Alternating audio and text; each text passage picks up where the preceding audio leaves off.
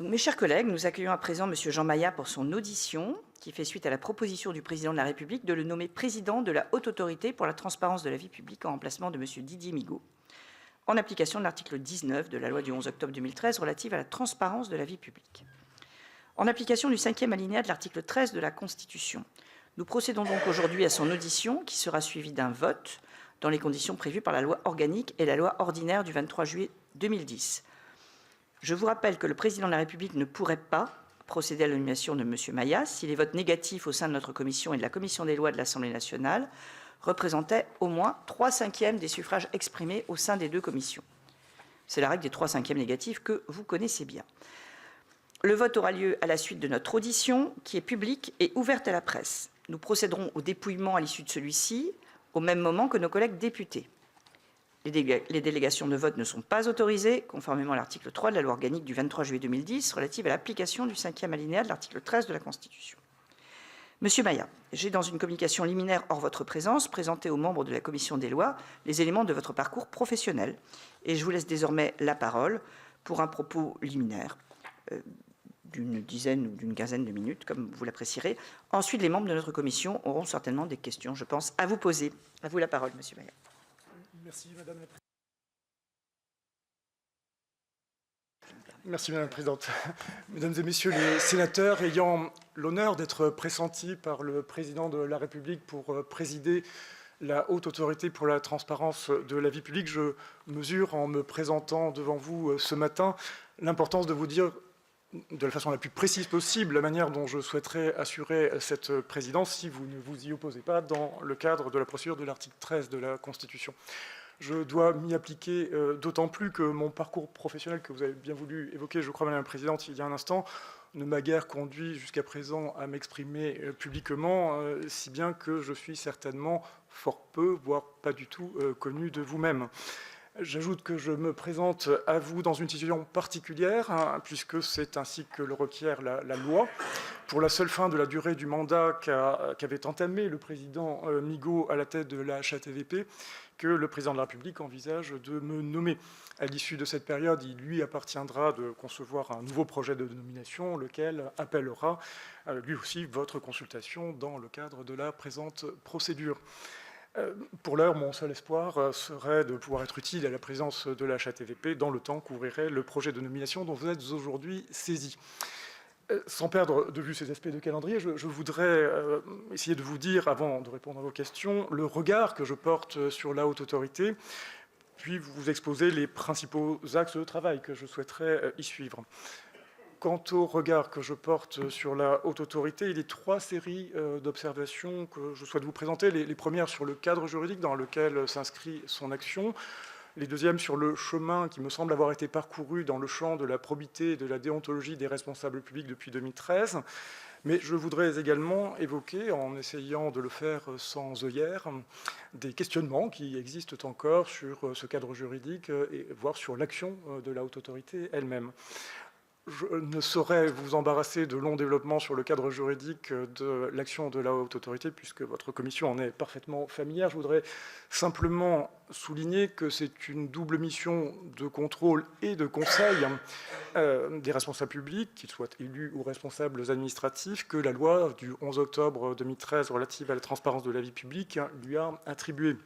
Après avoir été initialement concentré sur le contrôle des déclarations de situation patrimoniale et d'intérêt des plus hauts responsables publics, ces missions ont été étendues à plusieurs reprises, en 2016 au contrôle des représentants d'intérêt, en 2017 à une consultation préalable à la constitution du gouvernement sur la situation des personnalités susceptibles d'y être nommées, en 2019 au contrôle des mobilités publiques privées et en 2024 à la prévention des influences étrangères par des dispositions dont l'entrée en vigueur est prévue en juillet prochain. Mais même ainsi complétée, la loi du 11 octobre 2013, qui reste la matrice de l'action de la Haute Autorité, n'a pas davantage aujourd'hui qu'hier de visée punitive, mais bien une visée préventive. Dans sa mission de contrôle, la HATVP est investie non pas d'un pouvoir de sanction, mais seulement d'un pouvoir de décision qui prend la forme d'avis, d'observation ou d'injonction, autant de décisions qui pouvant constituer des mesures défavorables pour les personnes concernées sont susceptibles de recours devant le Conseil d'État.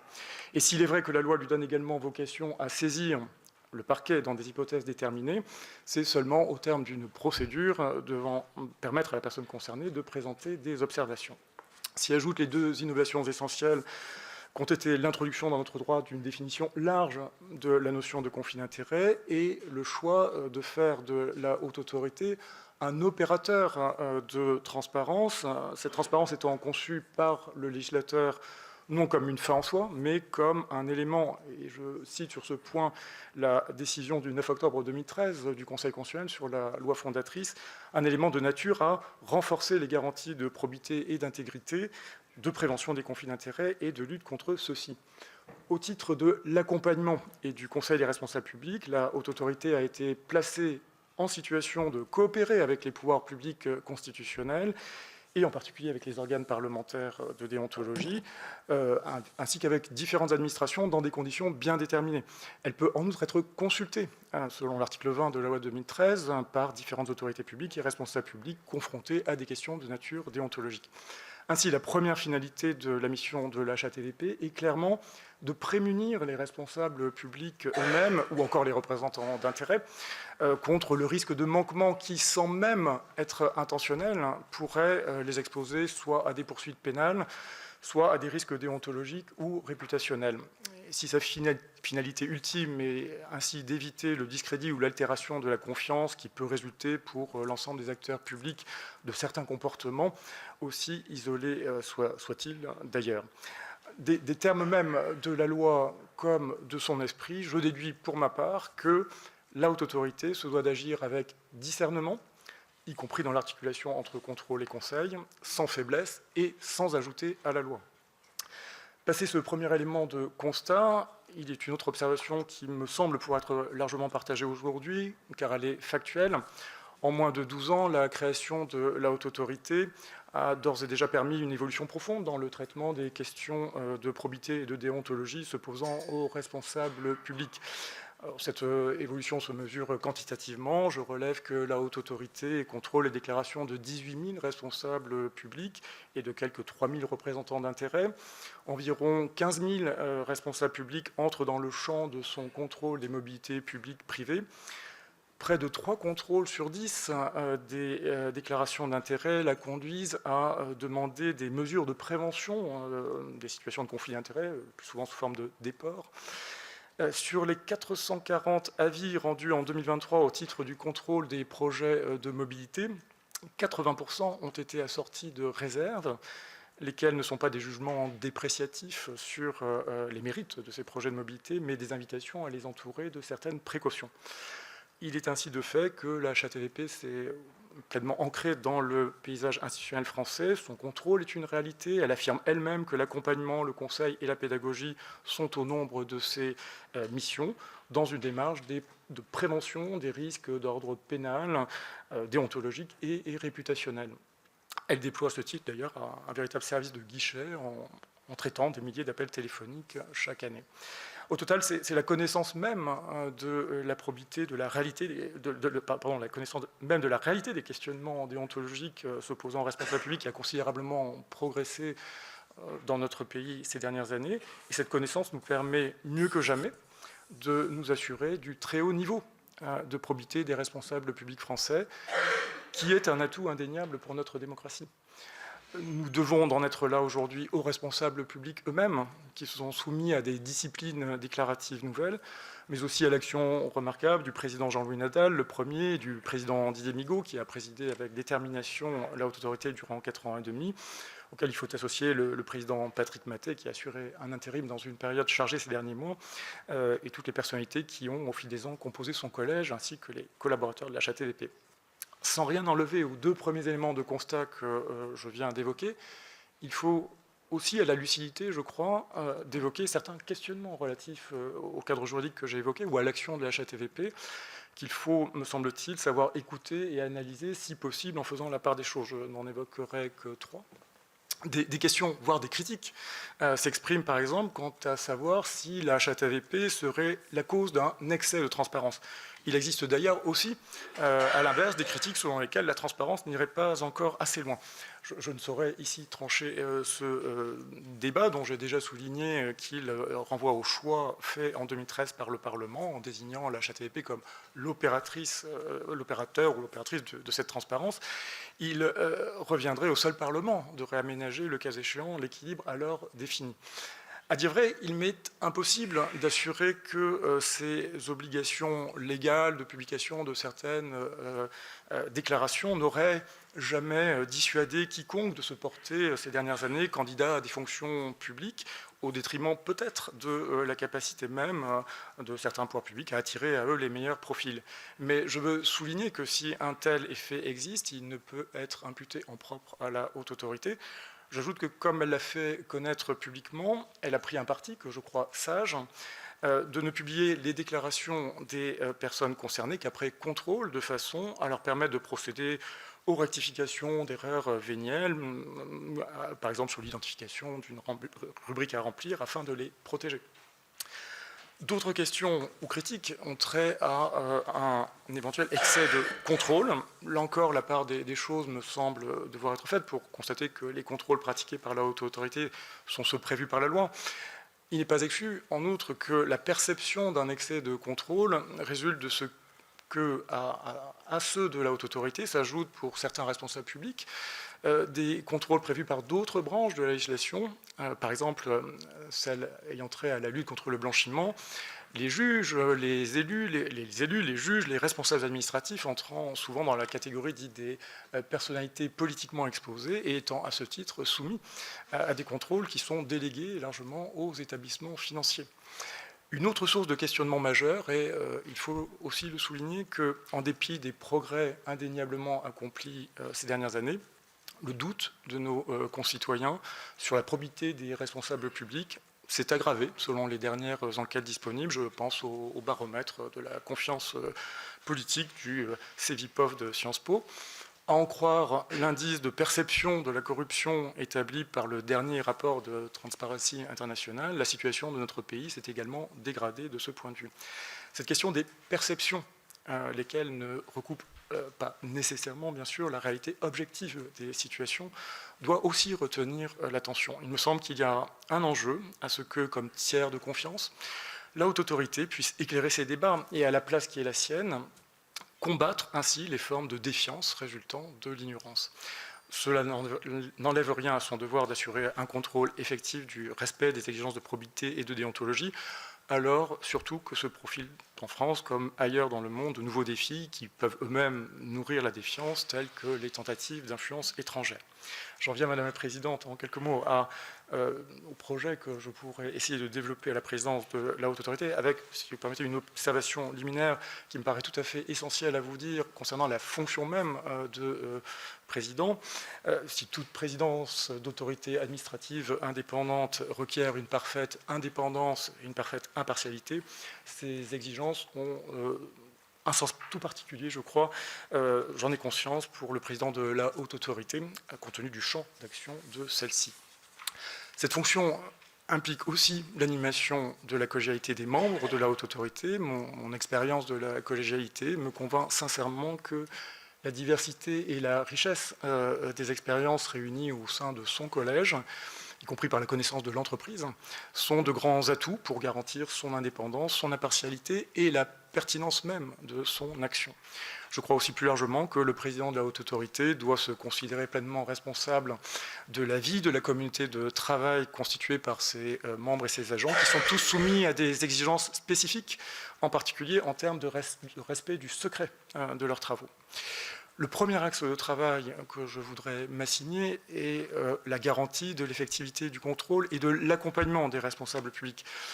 Pour rejoindre ce que la HATVP a écrit dans son dernier rapport d'activité, cette effectivité demeure un enjeu fondamental. C'est un enjeu de crédibilité pour elle-même et aussi pour les responsables publics à l'égard de nos concitoyens. Sous ce volet peuvent se ranger plusieurs questions qui sont de l'ordre du parachèvement ou de la consolidation de l'existant. Un terme rapproché, je l'ai dit, La mise en œuvre de la loi du 25 juillet 2024 visant à prévenir les influences étrangères en France va impliquer le déploiement de 2 répertoires numériques dans des conditions que doit encore préciser un décret. Sans doute y a-t-il également un enjeu à ce que, par exemple, la Haute Autorité puisse opérer un véritable suivi des réserves qu'elle énonce dans son contrôle des mobilités entrantes et sortantes. Cette attention à l'effectivité du contrôle n'interdit pas, selon moi, bien au contraire, d'éventuels efforts de rationalisation ou de simplification des formalités déclaratives, par exemple par la recherche d'une meilleure ergonomie des formulaires numériques qui leur servent de support, ou d'une réflexion qui pourrait être conduite avec le gouvernement et le Parlement sur le degré de granularité de la publication de certains éléments contenus dans les déclarations de situation patrimoniale. Et de même qu'il y a un enjeu à s'assurer de l'effectivité du contrôle, il faut s'attacher à ce que la fonction de conseil de l'HATVP puisse elle-même s'approfondir. J'ajoute, sans pouvoir de l'extérieur avoir une vision véritablement informée de ces aspects, que des enjeux opérationnels importants me semblent s'attacher à ce que cette institution, aux missions fortement étoffées au fil des dernières années, dispose bien d'outils numériques sûrs et adaptés à ses attributions. La même attention me semble devoir être portée à la formation et à la construction des parcours professionnels de ses agents. Quant à son déménagement annoncé dans le 12e arrondissement d'ici le début de l'année prochaine, il appellera bien sûr une grande vigilance du point de vue de la continuité de son activité. Le deuxième axe de travail auquel je voudrais m'attacher et que je crois important a trait à la diffusion de la doctrine de la haute autorité. Si la HATVP, je l'ai dit, n'a vocation à être elle-même créatrice de droit que dans une dimension assez limitée, elle se trouve bien en situation d'apprécier l'existence d'un risque pénal, déontologique ou réputationnel dans une grande diversité de situations. Ce faisant, elle forge, sous le contrôle du juge, un corpus doctrinal qu'elle me semble avoir vocation à rendre aussi lisible et accessible que possible, afin que toutes les personnes concernées, et elles sont nombreuses, puissent la consulter aisément.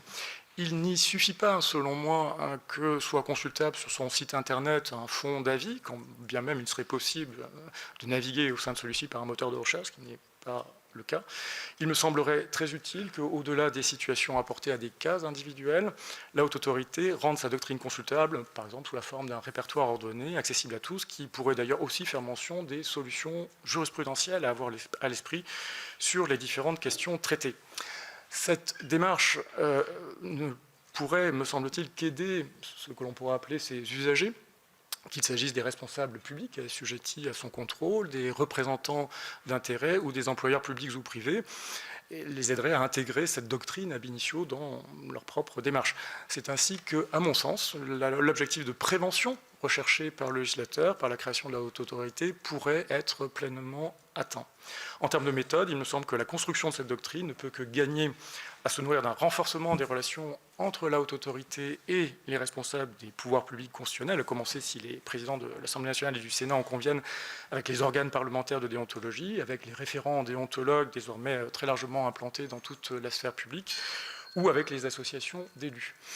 Autrement dit, de même qu'il existe un dialogue des juges, il faut, à mon sens, que puisse exister un dialogue utile entre les déontologues. Ce travail doctrinal pourrait, le cas échéant, nourrir la réflexion du Parlement sur des ajustements de la loi, sur des questions dont la difficulté objective est déjà avérée. Par exemple, celle du conflit entre intérêts publics, qui figure dans la définition du conflit d'intérêts donnée par la loi du 11 octobre 2013, ou encore sur la pertinence du critère dit de l'initiative qui figure dans la définition du représentant d'intérêt donné par la loi du 9 décembre 2016. Le troisième axe de travail que je souhaiterais suivre a trait à l'approfondissement de la contribution de la haute autorité à une stratégie globale et coordonnée de prévention des conflits d'intérêts et de la corruption en France et en Europe. Je veux évoquer par là l'objectif que la haute autorité, que le législateur n'a pas conçu comme un isolat, puisse s'inscrire de la meilleure manière possible dans son environnement, tant au niveau local, national qu'international. De même qu'elle doit travailler avec les institutions locales et nationales, suivant un processus d'amélioration continue, elle doit, dans le strict respect des conditions définies par la loi, avoir des relations construites avec de nombreux organes juridictionnels ou administratifs, et notamment les juridictions financières, les procureurs de la République, et en particulier le parquet national financier, la Direction générale des finances publiques, Tracfin, ou encore l'Agence française anticorruption. elle a clairement sa part à la politique nationale de lutte contre la corruption, elle-même confrontée à de nouveaux défis aujourd'hui avec l'expansion mondiale du gangstérisme, du narcotrafic. J'observe enfin que, en raison du caractère précurseur de la création de l'HATVP, son exemple suscite l'intérêt des institutions européennes et de certains de nos voisins. Comme elle le fait déjà, il est certainement de son rôle, en relation avec les négociateurs français, de faire connaître au-delà de nos frontières ces travaux, qui peuvent être une source d'inspiration pour d'autres. Je relève en particulier, sont actuellement en cours de négociation dans les institutions européennes une proposition de directive sur la représentation d'intérêts pour le compte de pays tiers, dans le cadre d'un paquet législatif sur la défense de la démocratie. Compte tenu de la réforme récemment adoptée par le Parlement français en ce domaine, il y a bien sûr un intérêt à ce que l'articulation entre le droit national et le droit de l'Union soit la plus solide possible. Madame la Présidente, Mesdames et Messieurs les sénateurs, le choix effectué par le Parlement il y a maintenant plus de 10 ans d'approfondir, selon des formes originales et exigeantes, l'approche nationale de la probité et de la déontologie des plus hauts responsables publics peut constituer, à mon sens, un motif de fierté pour notre démocratie. La façon dont les responsables publics français se sont conformés aux disciplines nouvelles mériterait, je le crois profondément, d'être mieux connue de nos concitoyens, qui en seraient peut-être surpris s'ils en étaient dûment informés. Le choix innovant fait par le législateur en 2013, puis conforté par ses soins à plusieurs reprises depuis lors, se trouve, à mes yeux, justifié de plus fort aujourd'hui par le constat que là où, ailleurs dans le monde, la question des conflits d'intérêts, des manquements à la probité, des manquements déontologiques n'est pas dûment appréhendée comme elle l'est dans notre pays, l'idée même de démocratie peut s'en trouver fortement abîmée. Je vous le disais au début de mon propos, ce serait pour moi un honneur d'essayer de concourir à l'approfondissement de cette démarche dans la prochaine période en présidant la Haute Autorité pour la transparence de la vie publique, selon les prévisions de la loi, de toute la loi et rien que la loi. Je me tiens, Madame la Présidente, dans les médias à la disposition de la Commission pour répondre à vos questions. Merci, Monsieur Maillat, de cette présentation extrêmement complète, mais je crois qu'effectivement, nous aurons quelques questions. J'invite les collègues qui ne l'auraient pas encore fait à s'inscrire, en levant la main, comme d'habitude, pour pouvoir poser leurs questions. Et je commencerai moi-même par en poser une, Monsieur Maillat, sur des faits que vous connaissez. Le 11 février 2025, le Conseil d'État a enjoint à la HATVP de réexaminer la compatibilité entre le projet de mobilité d'une ancienne conseillère au sein du cabinet du ministre de l'Éducation nationale vers un poste de directrice à France Télévisions. Contrairement à la HATVP, le Conseil d'État avait considéré que les avis qu'elle avait rendus comme ancienne conseillère sur certaines actions de France Télévisions ne présentaient pas de risque de prise illégale d'intérêt. Et c'était ainsi la deuxième fois en 4 mois que des actes émanant de la HATVP se sont vus annulés par le Conseil d'État. Quel regard portez-vous sur cette situation? La HATVP est-elle trop stricte dans l'application des règles relatives à la prévention des conflits d'intérêts? De manière générale, pourrait-on dire qu'elle fait preuve d'un excès de zèle dans la mise en œuvre de son pouvoir réglementaire? Ceci est la première question, et nous allons, si vous voulez bien, les prendre par paquet de 3, ce qui vous permettra de répondre à ces 3 questions.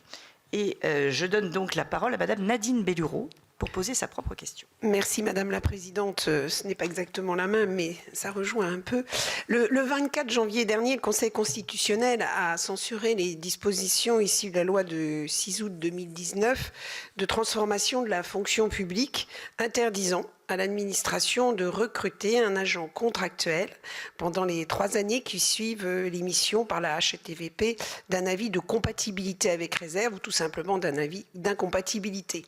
Pour le juge, ces dispositions méconnaissent le principe d'individualisation des peines puisque cette sanction s'applique automatiquement. Que vous inspire cette décision? Il revient à présent aux législateurs de légiférer et de manière générale, que pensez-vous en fait des allers-retours des hauts fonctionnaires entre le secteur privé et le secteur public, connu sous un nom pas très joyeux, et le pantouflage ou le rétro-pantouflage? Je vous remercie. Merci. Monsieur François Bonhomme. Merci Madame la Présidente. D'abord une remarque sur le fait que la loi de 2013 était là pour essayer de réduire la défiance à l'égard des personnalités publiques et que, effectivement, comme vous l'avez dit, on peut douter fortement que cette défiance soit réduite alors que quelques éléments objectifs peuvent aussi établir quand même, malgré tout, qu'il y a eu des progrès en matière de transparence. Donc, j'imagine votre réponse, mais peut-être que savoir qu'est-ce que vous comptez faire pour réduire cette défiance aujourd'hui avec les outils dont nous disposons. Mais surtout, deux questions plus peut-être de fond. D'abord, êtes-vous favorable à ce que la haute autorité puisse prononcer des sanctions administratives, et le cas échéant, lesquelles?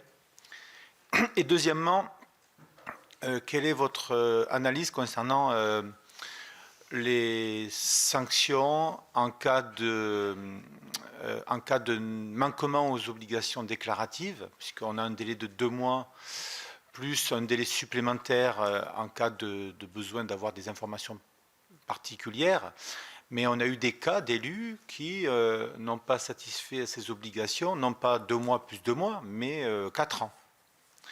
Or, vous avez la possibilité de saisir, la haute autorité a la possibilité de saisir par l'article 40 les autorités judiciaires, même plus que, normalement l'obligation même, à charge pour l'autorité judiciaire de déterminer si elle poursuit ou pas.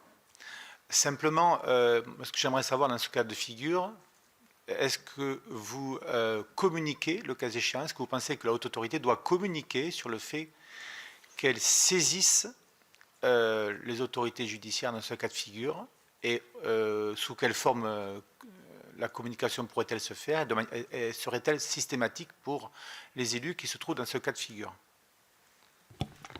Merci, Monsieur Benoît. Il s'agit de 3 questions, donc je vous laisse répondre. Merci, Madame la Présidente. Vous m'interrogez vous-même sur 2 récentes décisions du Conseil d'État qui ont infirmé des éléments de doctrine de la HATVP dans 2 situations un peu différentes. Vous évoquez d'abord la décision, je crois, du 11 février 2025 qui avait trait à la mobilité d'une ancienne conseillère ministérielle vers France Télévisions, où je crois que la question juridique était en réalité de savoir si la contribution que cette personne avait eue à la préparation d'une convention entre le ministère et France Télévisions s'analysait comme entrant dans la catégorie des contrats de toute nature au sens du code pénal. Et effectivement, le Conseil d'État a infirmé l'analyse sur ce point de la haute autorité. L'autre question avait trait à la qualification des laboratoires d'idées ou think tanks comme représentants d'intérêt au sens de la loi de 2016. Le Conseil d'État ayant en été jugé que il ne pouvait pas être considéré que de manière générale et nécessairement ces laboratoires d'idées devaient être regardés comme représentants d'intérêt et fixant quelques critères en réalité qui doivent permettre d'identifier ces think tanks. Je le disais dans mon propos, là, nous avons 2 exemples de la doctrine de la HATVP qui ont été remis en cause en réalité par le juge. Alors il est heureux que dans un état de droit, une autorité administrative indépendante procède sous le contrôle du juge. Ce que je voudrais peut-être souligner, c'est que nous étions là sans doute dans 2 cas où les termes de la loi ont été laissés une marge d'appréciation assez importante. Et là est peut-être parfois la difficulté. Je l'ai dit, pour ma part, je pense que dans sa mission, la HATVP n'a pas vocation à ajouter à la loi. Et donc, il va de soi que les décisions du Conseil d'État vont devoir être intégrées pleinement dans sa doctrine. Et je pense que, même si, en réalité, en maintenant bientôt 12 ans, on n'observe pas, et heureusement d'une certaine manière, qu'il y ait eu un contentieux massif contre les décisions de la haute autorité portées devant le Conseil d'État. Il me semble que, voilà, il faut bien sûr que la haute autorité intègre ces éléments de jurisprudence et procède avec précaution dans la construction de sa doctrine. Je disais aussi qu'elle puisse la construire dans un vrai dialogue, si possible fructueux, avec un certain nombre d'interlocuteurs eux-mêmes impliqués dans ces questions de probité et de déontologie des responsables publics. Madame la sénatrice Bellureau, vous m'interrogez sur la décision récente du Conseil constitutionnel par laquelle des dispositions du Code général de la fonction publique ont été censurées effectivement pour méconnaissance du principe d'individualisation des peines. Il s'agissait de dispositions qui en réalité sanctionnaient le non-respect de la procédure d'avis de la haute autorité dans le cas d'une mobilité entre secteur public et privé d'un agent public, pour défaut de saisine de la haute autorité ou pour méconnaissance de l'avis qu'elle a pu rendre. Donc, en réalité, ce n'était pas en cause les procédures de la haute autorité elle-même, mais il s'agissait plutôt d'une disposition qui visait à garantir que la haute autorité soit véritablement saisie dans un certain nombre d'hypothèses, comme la loi le prévoit. Et le motif de la censure, c'est bien que l'administration, mais donc ce n'était pas la haute autorité, c'était plutôt l'employeur, ne pouvait pas moduler la sanction en fonction des circonstances de l'espèce. Conscient que cette abrogation pourrait d'une certaine manière affaiblir le contrôle de la HATVP en l'absence d'une telle sanction, eh bien le Conseil constitutionnel a différé l'abrogation qu'il a prononcée au 1er janvier 2026 et il reviendrait donc au législateur dans ce délai de réparer cette inconstitutionnalité.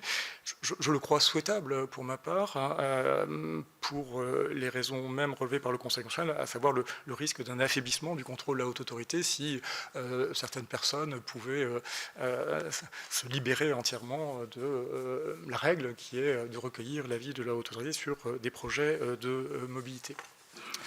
Vous l'évoquez, M. le sénateur Bernard, je le disais moi-même d'un mot, il est vrai, et là il y a quelque chose de l'ordre du paradoxe, où on pourrait le dire selon un terme très couru de nos jours, de la dissonance cognitive. Il y a ce paradoxe que, alors que des progrès indéniables ont été accomplis depuis 12 ans, par le fait même que, j'allais dire, le réflexe déontologique, selon les prévisions de la loi, a été pleinement intégré dans la vie même des responsables publics. Il y a un paradoxe à constater que alors, la confiance de nos concitoyens en la vie politique d'une manière générale et aussi spécifiquement leur appréciation sur la probité des responsables publics, cette appréciation, selon les enquêtes dont on dispose, dont je ne doute pas de la valeur, se dégrade. Vous m'interrogez sur ce qu'il peut être fait. Je crois profondément pour ma part qu'il appartient à la haute autorité, et j'ai essayé de le dire au regard des éléments objectifs dont nous disposons. Il appartient bien sûr à la haute autorité de concourir à ce que puissent être réglées des difficultés, c'est sa mission, elle a une mission de prévention, mais il faut aussi, puisque la connaissance de la réalité de ces situations a beaucoup progressé dans notre pays, qu'elle puisse dire, et je le dis volontiers, que c'est un atout pour notre démocratie de pouvoir s'appuyer sur cette réalité qui est l'intégrité, la probité de la quasi-totalité en réalité des responsables publics. Vous m'interrogez également sur la question de savoir si, notamment dans les cas de défaut de déclaration, il pourrait être judicieux que la haute autorité soit dotée d'un pouvoir de sanction, ce dont elle n'est pas dotée jusqu'à présent, je le disais. Et moi-même, dans mon propos, je soulignais, parce que je crois que c'est profondément heureux, que le législateur n'a pas souhaité donner à la haute autorité de vocation punitive. Elle a une fonction préventive. Simplement, et sans contradiction avec ce que je viens de dire, je crois, pour ma part, que dans le cas spécifique que nous évoquons, c'est-à-dire l'abstention de responsables publics à déclarer, alors qu'ils y sont tenus, eh bien, je crois, là, pour le coup, et la haute autorité milite en ce sens, et j'adhère à cette idée qu'il serait assez justifié, en réalité, qu'une sanction administrative, alors peut-être sous une forme graduée, aussi selon la durée et la persistance de ce manquement, mais qu'ici, la haute autorité puisse avoir, là, spécialement un pouvoir de sanction administrative. La raison en étant, et vous l'avez vous-même mentionné, que bien sûr la haute autorité peut aujourd'hui saisir le parquet pour lui signaler ces situations. Mais dans cette balance dont votre commission est très familière, dans beaucoup de champs du droit entre sanctions administratives et répression pénale, il est vrai qu'ici la sanction pénale a généralement quand même l'avantage de pouvoir intervenir assez diligemment et donc d'être plus utile finalement pour essayer de réparer rapidement le manquement. Donc il me semble que c'est un cas de figure dans lequel, j'allais dire par exception, au fait qu'elle n'a pas de vocation punitive, il serait utile en effet que la haute autorité ait ce pouvoir bien circonscrit de sanctions administratives. Merci. Alors, 3 autres questions. Madame Lauriane Josant. Merci Madame la Présidente. Oui, donc des questions assez générales. Monsieur Maillat, en tant que président de la Haute Autorité de la Transparence et de la Vie Publique, quelles seront vos priorités? Et en particulier, comment pensez-vous pouvoir mieux accompagner les responsables publics dans le respect des règles déontologiques? Merci. Merci. Madame Cécile Cukierman. Merci Madame la Présidente. Monsieur Maillat, peut-être une remarque et deux questions. La première, bien évidemment, c'est une fonction importante et qui invite à éviter toute suspicion à l'égard de quelques dépendances des pouvoirs dans leur diversité, d'ailleurs, et vous l'avez montré dans votre exposé, des pouvoirs politiques, mais également, et de plus en plus certainement aujourd'hui, d'un certain nombre de pouvoirs économiques. Une question sur notamment la proposition de loi portant sur l'encadrement des cabinets de conseil dans les politiques publiques, puisque nous avons déjà examiné ce texte ici au Sénat, il est actuellement en navette, et peut-être que, comme j'ai cru comprendre que le gouvernement était en manque de projet de loi pour ces semaines gouvernementales, il pourrait un de ces jours rapidement, l'inscrire en tout cas au débat de l'Assemblée nationale. Je ferme cette parenthèse, mais en tout cas à travers cette proposition de loi et pour avoir travaillé également avec votre prédécesseur sur cette question, l'enjeu était en tout cas de permettre à la haute autorité de pouvoir avoir y compris un contrôle sur place dans ce cabinet pour vérifier l'exactitude, en tout cas, des différentes déclarations et de faciliter la saisine de la haute autorité. Donc je voudrais avoir votre avis, bien évidemment pas un avis d'expert puisque vous postulez aujourd'hui, mais en tout cas d'une manière plus générale. Et puis une dernière remarque, et là peut-être plus également en tant que présidente de groupe et donc suite à un certain nombre de remontées, il nous semble qu'il y aurait peut-être à repenser, même si chacun note la qualité des différentes personnes et des dialogues au moment d'établir les différentes déclarations, mais peut-être parfois, en tout cas, un certain nombre de questions, d'abord auxquelles les réponses sont parfois compliquées à faire ou en tout cas à prouver et à justifier. Une réflexion plus large sur les problématiques d'évaluation patrimoniale, avec des visions parfois, je vais le dire ainsi, mais très métropolitaines, voire parisiennes, et d'une méconnaissance totale des réalités et de leur diversité dans les territoires de la République. Et je crois en tout cas il y a encore capacité à pouvoir simplifier, ce qui ne veut pas dire à en rabattre sur l'exigence de transparence et ce à quoi, pour un certain nombre d'élus, quand nous acceptons de l'être, nous en savons aussi les obligations. Donc je pense qu'il y aurait aujourd'hui, y compris au regard de l'antériorité maintenant de la mise en place de la haute autorité, peut-être un travail à faire, et cela peut être fait y compris avec l'ensemble des présidents de groupes parlementaires, mais les déontologues bien évidemment de nos deux assemblées pour aller finalement vers une amélioration, ne pas donner le sentiment qu'on enquiquine les uns et les autres pour finalement peu d'efficacité à l'arrivée. Merci. Madame Sophie Briand-Guillemont. Merci Madame la Présidente. Monsieur Maillat, merci tout d'abord pour la clarté de vos propos. Je voulais revenir brièvement sur l'utilisation de l'article 40. Comme cela a commencé à être énoncé, il y a eu des situations en dehors de l'existence de sanctions administratives ou non, ou suite à un défaut de déclaration. Est-ce qu'on ne sait parfois pas quand est-ce que la HATVP saisit le parquet et quand est-ce qu'il ne le fait pas? Donc est-ce que vous pensez que c'est une doctrine qui pourrait être précisée, peut-être aussi vu l'expérience que vous avez pu acquérir au sein du Conseil constitutionnel sur cette question? Et deuxième question qui est tout à fait annexe et qui est plus en lien avec votre sortie du Conseil constitutionnel que votre entrée à la HATVP. Il est habituel que le secrétaire général du Conseil change après un renouvellement de président du Conseil constitutionnel. Il est peut-être un peu moins habituel que ça se fasse aussi vite. Évidemment, c'est justifié par l'urgence d'avoir un président à la tête de la HATVP, mais comment va se passer le tuilage au sein du Conseil? Merci. Merci. Monsieur Maillat. Merci Madame la Présidente.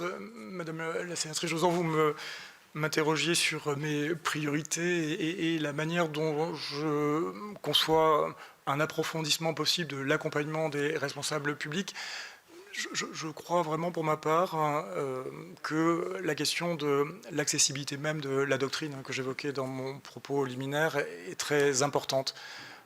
Il m'est arrivé dans ma vie professionnelle, au titre du conseil juridique, d'être amené à émettre une opinion sur telle situation, telle difficulté. Et je crois quand même qu'il y a une difficulté objective, en réalité, pour nous tous, si je puis me permettre, à travailler sur ces questions aujourd'hui, en ce sens que, même si c'est très heureux, la Haute Autorité s'attache à publier largement ses avis. En réalité, ceci ne nous permet pas nécessairement de discerner aisément les réponses aux questions que nous nous posons. Et donc, je pense que ce n'est qu'un axe de travail, mais il me semble assez fondamental quand même pour que les différents acteurs, si je puis les qualifier ainsi, concernés par ces questions de probité et de déontologie, sachent en réalité dans quel cadre ils peuvent procéder. Et l'accompagnement, alors je l'ai dit, prend plusieurs formes déjà aujourd'hui, mais ce doit être dans l'esprit même de la loi de 2013, une préoccupation permanente de la Haute Autorité. Je le dis moi-même, je crois qu'il y a une question, évidemment, qui exige beaucoup de discernement de sa part dans l'articulation entre le contrôle et l'accompagnement. Les deux branches sont tout à fait présentes dans la loi de 2013. Il faut savoir les articuler finement. Madame la présidente Cukierman, vous évoquiez les travaux déjà engagés par le Sénat sur l'encadrement de l'activité des cabinets de conseil privés. Peut-être pas d'opinion parfaitement qualifiée à ce jour sur cette question, mais évidemment je relève, et c'est je crois le sens des travaux que vous avez conduits, que évidemment il peut y avoir un lien avec ce questionnement dont traite la proposition de loi avec une part de l'activité déjà de la Haute Autorité et que si le Parlement le souhaite, effectivement, il peut y avoir, avec les mécanismes en réalité qui ont été déjà mis en place par la loi de 2013, une manière de progresser dans la connaissance, en tout cas, de la réalité de ces activités. Et vous évoquiez également alors, ces questions dont je mesure qu'elles sont en réalité à la source de possiblement même d'agacement, qui sont les questions des situations patrimoniales et de l'évaluation par exemple, de certains biens, de la valeur de certains biens. Je relève que la loi de 2013 est allée très loin elle-même, puisque dans son article 4, nous avons l'énumération de toutes les rubriques qui doivent être remplies dans la déclaration. Dans mon propos liminaire, je mentionnais le fait qu'il y a peut-être au moins une question sur ce point, qui est de savoir si au moment où la déclaration va être rendue publique, il ne pourrait pas y avoir au moins une forme d'agrégation entre certains éléments. C'est-à-dire qu'en réalité, les exigences qui sont faites par la loi et le décret vont vraiment très loin, objectivement, puisque le déclarant est obligé, y compris sur des bijoux, je crois, voilà, de préciser pièce par pièce, en quelque sorte, ce qu'il détient. On peut souhaiter que le contrôle demeure entier, tout en envisageant qu'au moment de la publication, certaines des informations soient un peu plus agrégées. Et je rejoindrai volontiers le constat que, au regard de la finalité même de la loi, il n'est peut-être pas absolument indispensable de passer un temps infini dans le contrôle, à savoir si la valeur d'un véhicule acquis dans les années 90 est aujourd'hui de 0 € ou de 1000 €. Voilà, l'enjeu, si je puis dire, mérite d'être pris en compte dans la pratique du contrôle. J'en ai bien sûr conscience. Et Madame la sénatrice, vous m'interrogez, oui, sur la question de... Madame la sénatrice Briand, vous m'interrogez sur la question de la pratique de la Haute Autorité dans la mise en œuvre de l'article 40, sachant que la loi de 2013 elle-même, et c'est très sage, me semble-t-il, a pris le soin de bien mentionner que ces décisions, d'abord, sont des décisions du collège de la Haute Autorité, et elles sont prises après consultation, après avoir entendu la personne concernée. Sur la question de la publicité est donnée à ces saisines. J'espère que vous m'en tiendrez par rigueur, mais je crois que c'est une question qui mérite aussi... je n'ai pas de vision parfaite, à la vérité, de ce qu'a été la pratique de la haute autorité à ce jour. Et pour cause, d'ailleurs, par construction, je ne peux pas nécessairement connaître sa pratique, surtout si elle n'a pas été rendue entièrement publique. Mais c'est effectivement une question qui mériterait qu'une doctrine soit fixée et, me semble-t-il, connue. Il n'y a pas de raison, bien sûr, que la haute autorité, si je puis dire, la garde pour elle. Quand j'évoquais d'ailleurs la question de l'accessibilité de la doctrine, je pense que, évidemment, derrière cela, je place aussi l'enjeu à ce que chacune et chacun perçoive bien la cohérence de l'action de la haute autorité. Le fait de, sur des aspects procéduraux comme sur le fond, il me semble que c'est un enjeu à ce que la publication de cette doctrine permette de s'assurer donc de sa cohérence. Et vous me posiez une question sur les travaux du Conseil constitutionnel. Je crois, je n'ai pas vérifié, mais que les situations au changement de présidence ont pu être assez variées en réalité à travers le temps. Ici, c'est l'enchaînement des mécanismes de la loi, en quelque sorte, qui m'amène à me présenter devant vous alors qu'un changement de présidence vient d'intervenir au Conseil constitutionnel. Ce dont je puis vous assurer, c'est que en ayant eu l'honneur d'accueillir le président Ferrand il y a quelques jours et ses deux collègues, monsieur le président Bas et madame Wisniewski, eh bien je m'applique encore chaque jour à bien sûr appuyer les travaux du Conseil, et je dois dire, je suis parfaitement confiant que le président Ferrand trouvera une personnalité tout à fait qualifiée pour me remplacer. Merci. Alors, madame Marie-Pierre de la Gontrie.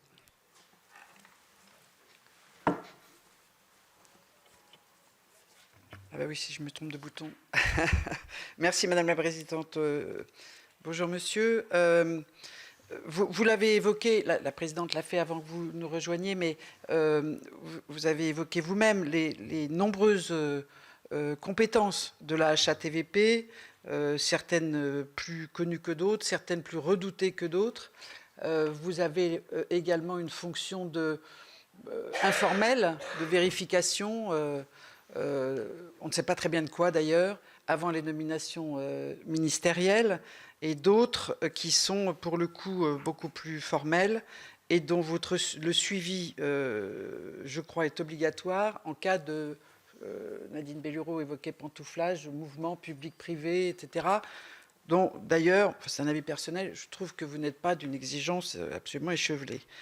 Et vous avez la possibilité ensuite de signaler au parquet. Si je rappelle tout cela, c'est que vous avez un parcours, une compétence incontestable, de ce qu'on appelle un grand serviteur de l'État, et qui tranche avec le profil de vos prédécesseurs, puisque, je le rappelle, Didier Migaud avait été premier président de la Cour des comptes et Jean-Louis Nadal, le procureur général près la Cour de cassation. Et donc, chacun avait, par des fonctions précédentes, manifesté une forme d'indépendance, pour ne pas dire plus, à l'égard du pouvoir et des pouvoirs.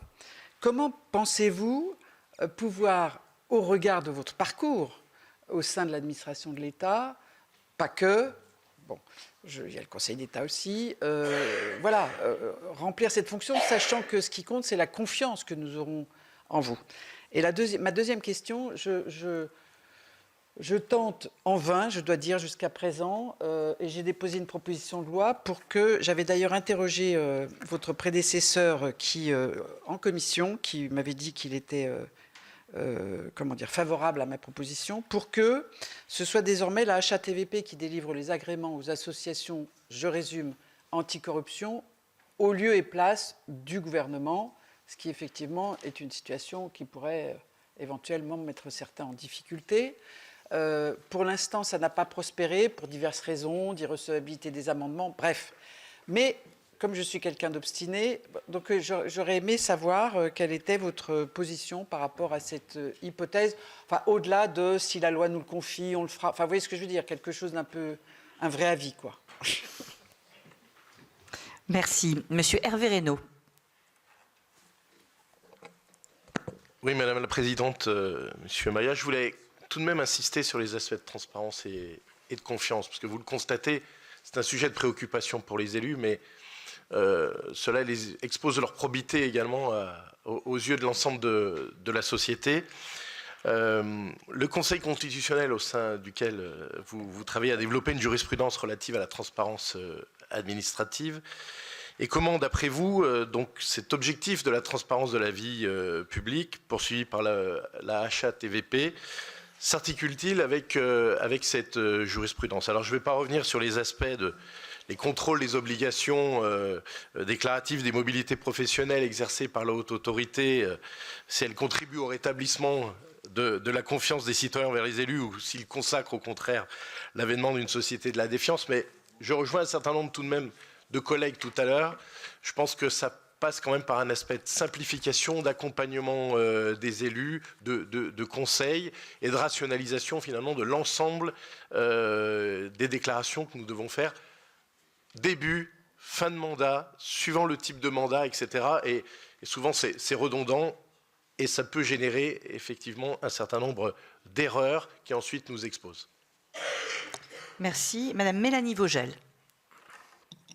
Merci Madame la Présidente. Je vais être très rapide. La première question, c'est sur le décret de 2017. Vous l'avez évoqué dans votre propos liminaire comme faisant partie, enfin comme les différentes composantes du décret faisant partie de vos pistes de travail. Je voulais juste préciser si vous entendiez demander une révision de ce décret.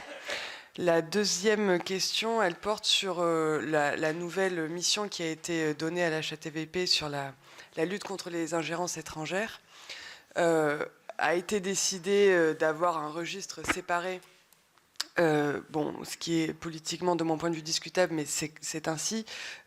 On a vu dans différents pays, que ce soit la Hongrie, la Russie, la Géorgie, comment produire un registre des entités qui ont éventuellement des financements étrangers, etc., pouvait être instrumentalisé contre la société civile. Est-ce que vous avez en tête la manière dont vous allez appliquer cette nouvelle mission pour garantir que ce registre ne puisse pas être instrumentalisé contre des associations de la société civile qui font un travail par nature international? Et la dernière question, c'était sur l'aspect un peu européen de votre mission. Je crois aussi, comme vous l'avez dit dans vos propos liminaires, que la HATVP, le modèle français est un modèle dont nous pouvons être fiers au niveau européen, parce que c'est un modèle qui est en moyenne plus performant que la plupart des modèles des États membres de l'Union. Il y a eu un certain nombre d'initiatives à la fois dans d'autres pays européens, mais aussi au niveau des institutions européennes, de reproduire une forme d'organes comme la HATVP. Est-ce que vous pensez que vous serez prêt à jouer une part active dans le fait que le modèle, entre guillemets, français puisse être valorisé, peut-être exporté au niveau européen? Je vous remercie. Monsieur Maillat. Merci Madame la Présidente. Madame la sénatrice de la Gontrie m'invitait à évoquer, je crois, et j'en ai une parfaite conscience, le changement de situation qui s'opérerait pour moi qui me présente à vous ce matin entre ce qu'a été mon parcours jusqu'à présent, un parcours dans lequel j'ai exercé des fonctions sous l'autorité de responsables administratifs ou au sein de juridictions et la présidence de la Haute Autorité pour la transparence de la vie publique. Et vous avez raison, Madame la sénatrice, lorsque la question m'a été posée une première fois de savoir si je pourrais au fond aspirer à exercer la présidence de la Haute Autorité, moi-même je mesurais comment dire, le changement de situation que ça impliquerait. J'ai parfaitement à l'esprit que le président Nadal, le président Migaud avaient des parcours bien différents du mien. Je ne peux vous dire qu'une chose, au fond, c'est, et je le disais dans mon propos liminaire, j'ai une conscience aiguë à la fois de l'originalité du cadre juridique de la Haute Autorité et de ce qu'implique sa présidence. Et donc je crois à cet instant que la seule chose que je puisse dire, c'est qu'il me faudra en faire la démonstration si vous ne vous opposez pas à ce projet de nomination. Monsieur le sénateur Reynaud, vous m'interrogiez vous reveniez sur la question de la confiance, en effet, de nos concitoyens envers les responsables publics, au regard notamment de la jurisprudence du Conseil constitutionnel. Et votre question me permet effectivement de rappeler que lorsqu'il a été saisi de la loi fondatrice du 11 octobre 2013, le Conseil constitutionnel n'a que partiellement arrêté valider les dispositions qui visaient à assurer la publication d'un nombre important de déclarations de situation patrimoniale ou de déclarations d'intérêt. En réalité, il a validé, et c'est ce qui explique donc que ces dispositions législatives vivent aujourd'hui, les dispositions imposant que les déclarations des membres du gouvernement, auxquelles d'ailleurs s'ajoutent désormais les déclarations des membres, de tous les membres du collège de la HATVP, soient publiées en réalité sur le site internet de la Haute Autorité. Tel n'est pas le cas, en tout cas pas dans les mêmes conditions, des déclarations des parlementaires qui sont accessibles selon des modalités spécifiques. Et en revanche, le Conseil constitutionnel donc, avait clairement censuré les dispositions qui visaient à ce que les déclarations de situation patrimoniale ou d'intérêt de responsables administratifs paraissent. En réalité, ici, le Conseil constitutionnel, bien sûr, a essayé de mesurer les atteintes au respect du droit à la vie privée induit par cette obligation de transparence, et il a jugé effectivement qu'il y avait là une atteinte au droit au respect de la vie privée des personnes concernées. Simplement, il a considérer que, s'agissant des plus hauts responsables de ce pays, cette atteinte était justifiée, alors je cite les termes mêmes de ces décisions, au regard de l'objectif poursuivi par le législateur, qui apparaissait dans les travaux préparatoires de 2013, de renforcer les garanties de probité et d'intégrité, de prévention des conflits d'intérêts et de lutte contre ceux-ci. Donc on voit que le cadre constitutionnel borne la marge d'appréciation du législateur en ce domaine. En vérité, il serait loisible au législateur de renoncer éventuellement aux mécanismes de transparence qui ont été institués en 2013. Il y a probablement une borne constitutionnelle à vouloir étendre encore cette transparence. Et vous évoquiez l'enjeu d'accompagnement et de simplification des obligations déclaratives. Je le mentionnais un peu cursivement dans mon propos. Il me semble, et peut-être vais-je là sur un terrain qui ne m'appartient pas, mais que au regard de l'intensité de l'activité législative sur les questions que nous évoquons ce matin au cours des dernières années, évidemment, il pourra être utile, peut-être dès les prochaines années, d'avoir une forme de bilan de ce qui a été fait. J'évoquais des pistes de simplification, de rationalisation des obligations déclaratives. La haute autorité est encore jeune, elle a à peine 12 ans. Il me semble que l'enjeu des prochaines années, je ne veux pas abuser des métaphores anthropomorphiques, mais l'enjeu c'est quand même qu'elle atteigne dans quelques années son âge adulte, et donc sa croissance qui a été très rapide justifierait peut-être qu'un temps de bilan et peut-être de rationalisation puisse intervenir. Et Madame la sénatrice Vogel, vous évoquiez, oui, le décret de 2017 qui met en œuvre les dispositions de la loi Sapin II sur l'encadrement de la représentation d'intérêts. Et j'évoquais moi-même, effectivement, dans mon propos liminaire, comme la Haute Autorité d'ailleurs l'a fait ces dernières années, la difficulté qui résulte de ce critère dit de l'initiative, en réalité, qui borne la définition de représentant d'intérêt au sens où n'entre dans la catégorie de représentant d'intérêt que les personnes qui font la démarche, au fond, de saisir les autorités publiques. Évidemment, dans un temps où les consultations sont très ouvertes, il n'est pas aisé de déterminer si véritablement la personne dont on parle a fait elle-même la démarche ou si en réalité elle a été sollicitée. Et je sais que des réflexions sont déjà engagées au Sénat. Cette question méritera, me semble-t-il, effectivement d'être réexaminée.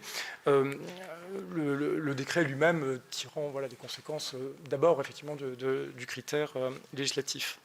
Et vous évoquiez l'enjeu à ce que le modèle, je crois qu'on peut le qualifier ainsi, de la HATVP puisse être connu à l'échelle européenne, où ces questions, on le voit dans l'actualité immédiate, soulèvent des difficultés importantes. Je crois, alors pour avoir d'ailleurs un peu moi-même autrefois travaillé dans les affaires européennes, qu'il faut que la HATVP, elle le fait, et elle pourra le faire peut-être davantage, mais fasse connaître ses travaux. Vous évoquiez des risques d'instrumentalisation du déploiement d'un répertoire numérique des influences étrangères. Pour être très honnête sur ce dossier, hormis les termes de la loi de 2024, pour l'instant, je ne suis pas parfaitement au fait, donc j'entends bien et je regarde bien à l'esprit votre interrogation. Je crois qu'en réalité, il y a vraiment une question immédiate qui est d'abord de savoir, alors que le décret d'application de cette loi n'a pas paru, si l'échéance de juillet va bien pouvoir être tenue, et j'espère que votre interrogation pourra être dûment prise en compte dans ce calendrier. Merci, mes chers collègues. Il reste encore 5 questions. Je vous rappelle que M. Maia doit nous quitter pour partir à l'Assemblée nationale pour être aussi auditionné. Donc, je vous invite à la concision. Madame Marie Mercier. Monsieur, est-ce que vous avez déjà rempli une déclaration de patrimoine et d'intérêt? Ah, alors si vous l'avez fait, vous connaissez comment c'est infernal et diabolique de demande de précision. Alors, pour peu que vous exerciez une profession ou que vous ayez hérité d'un outil de travail, là c'est presque infaisable. Vous avez besoin de votre banquier, de l'expert comptable de l'entreprise. En l'occurrence, je n'ai confiance qu'en mon mari, un saint homme, qui m'a aidé. Alors vous faites pour le mieux. Et là, tout d'un coup, vous recevez la lettre recommandée, où on vous dit qu'on relève des irrégularités. Alors j'en profite pour vous dire que les agents qui travaillent à vos côtés sont remarquables de gentillesse et de bienveillance. Mais vous recevez cette lettre. Alors ça recommence. Moi, il a fallu que je recherche le contrat de mariage de mes parents. Voir des plans qui dataient d'il y a 100 ans, archives départementales, mais j'ai quand même appris que j'étais l'heureuse, quart usufruitière de la moitié d'un bout de grange qui ne me rapportait rien, qui ne me coûtait rien. Tout ça pour vous dire qu'en fait, vous savez tout. C'est quasiment psychiatrique. Vous savez mieux que nous ce que nous possédons. Donc mon idée, pourquoi on ne fait pas à l'envers? Vous nous envoyez les documents en nous disant vous avez tout ça, êtes-vous d'accord? Grand succès d'estime, Madame Mercier, avec cette question, mais je vais quand même passer la parole à Monsieur Marguerite. Merci beaucoup, Madame la Présidente. Monsieur Maia, j'ai une question sur les intérêts, les déclarations d'intérêts privés. Alors, on sait qu'ils sont soumis depuis 2017 à une obligation en la matière, mais qu'ils sont relativement peu nombreux à le faire spontanément, moins de 60%, je crois, dans le rapport de 2023. Comment comptez-vous faire concrètement pour améliorer ces déclarations dans le délai légal, au-delà d'ailleurs des amendes qui sont déjà prévues? Et puis je voudrais juste peut-être amplifier ce que vient de dire ma collègue, parce que on est en effet dans une situation où parfois il y a un sentiment d'intrusion. On peut imaginer, sans contrarier le souci de transparence légitime du législateur, qu'on puisse simplifier un peu les procédures. Tout à l'heure, mon collègue disait on a la déclaration de début, de fin de mandat qui se font à quelques jours d'intervalle. On a parfois une déclaration sur un autre mandat qui intervient quelques mois plus tard. Je pense qu'on pourrait tout à fait imaginer simplifier les choses sans remettre en cause, encore une fois, le souci de transparence. Et peut-être, moi j'ajouterais, on a parfois le sentiment de devoir être agent immobilier, de réévaluer son bien, de le faire un peu à la louche, de venir avec en effet un expert comptable, agent immobilier. Je pense quand même qu'on pourrait alléger un peu la procédure. Madame Haribey. Merci Madame la Présidente. Monsieur Maia, merci pour vos propos d'une grande clarté. J'aimerais quand même revenir sur la question que vous a posée Mélanie Vogel, sur la question des modèles européens. Et je voudrais savoir si vous en voyez un dont on pourrait s'inspirer, ou qu'est-ce qui permettrait d'améliorer le système français, et quelle inspiration on pourrait avoir sur certains modèles. Et puis la deuxième question que j'aimerais vous poser, c'est en tant que vice-présidente du comité de déontologie du Sénat. Personnellement, mon expérience me fait hésiter entre deux stratégies en termes de transparence et de visibilité de cette transparence. Il y a des moments, j'ai l'impression qu'on est dans la théorie des sables mouvants, c'est-à-dire que plus on donne des preuves de probité, plus on s'enfonce, et plus finalement les médias s'accrochent au petit détail qui va détruire l'ensemble du système. Et puis il y a des moments, je me dis qu'au contraire, il faudrait peut-être beaucoup plus communiquer sur les résultats et sur des exemples de probité, et en tout cas les mécaniques de contrôle que nous avons mis en place et qui me semblent des bons systèmes. Alors vous avez répondu plus ou moins à nos collègues en disant oui, bon, le texte est comme ça, donc j'applique le texte. Mais très, très, très sincèrement, est-ce que vous avez une approche de cette injonction contradictoire, on pourrait dire. Merci infiniment. Merci, et je vais prendre les deux dernières questions dans la foulée. Monsieur André Richard. Merci Madame la Présidente.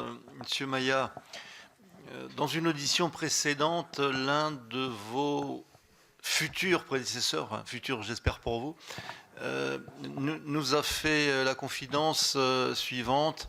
Oui, à certains moments, compte tenu de la charge de travail de la HATVP, la haute autorité a été amenée à recruter du personnel peu qualifié, voire même en cours de formation. Monsieur Maia, je ne vous cacherai pas que ça n'a pas manqué d'avoir quelques répercussions sur l'opinion que pouvait avoir l'un ou l'autre, comment je vais dire, contrôlé, voilà, l'opinion de ces contrôlés sur effectivement le fonctionnement de la HATVP. Quel regard portez-vous sur ce type de recrutement et naturellement, je suis bonheur que vous êtes conscient de l'importance, de la qualité de la relation entre les contrôleurs de la HATVP, je ne sais pas si on les appelle contrôleurs, mais personnes qui font le travail, et naturellement ceux qui sont contrôlés. Je vous remercie. Et enfin, monsieur Éric Kerrouche. Merci Madame la Présidente. Très rapidement, Monsieur Maia, puisque pour faire suite et écho à une audition précédente, 15 000 personnes soumises à la HATVP et pas les membres du Conseil constitutionnel. N'est-ce pas relativement surprenant et déconcertant? Qu'est-ce que vous en pensez? Monsieur Maia. Merci Madame la Présidente. Madame la sénatrice Mercier, vous témoignez de votre expérience. J'en ai eu une en effet pour ma part lorsque j'étais directeur des affaires juridiques dans les ministères économiques et financiers, dès la mise en œuvre de la loi de 2013, puis quand j'ai quitté ces ministères.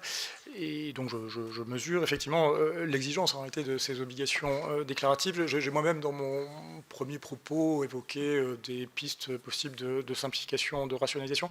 La question de la prédéclaration que vous posez, évidemment, cette question s'entend tout à fait. Je crois en réalité que si il fallait aller dans ce sens, il faudrait aussi donner à la haute autorité des prérogatives et des canaux d'information qu'elle n'a pas totalement. Et donc ici, il y a une balance aussi à trouver. Je crois, au regard des enjeux que vous mentionnez, mais je l'ai dit il y a quelques instants, je pense pour ma part qu'un retour d'expérience est possible pour nous permettre, sans rien enlever à l'objectif poursuivi par la loi, de trouver des formules, comment dirais-je, plus aisées à faire vivre.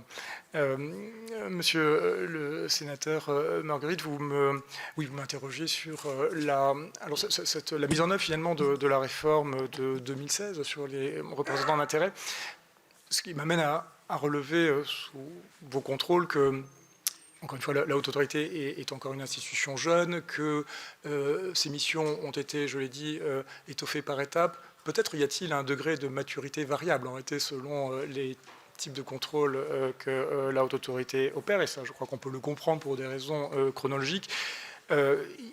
il y a, je pense, dans ce champ de l'encadrement, de la représentation d'intérêts, hein, qui est une démarche dont le législateur a parfaitement admis la légitimité, mais il y a encore à faire, si je puis dire, pour que ce contrôle vive. Nous avons un répertoire numérique des représentants d'intérêts.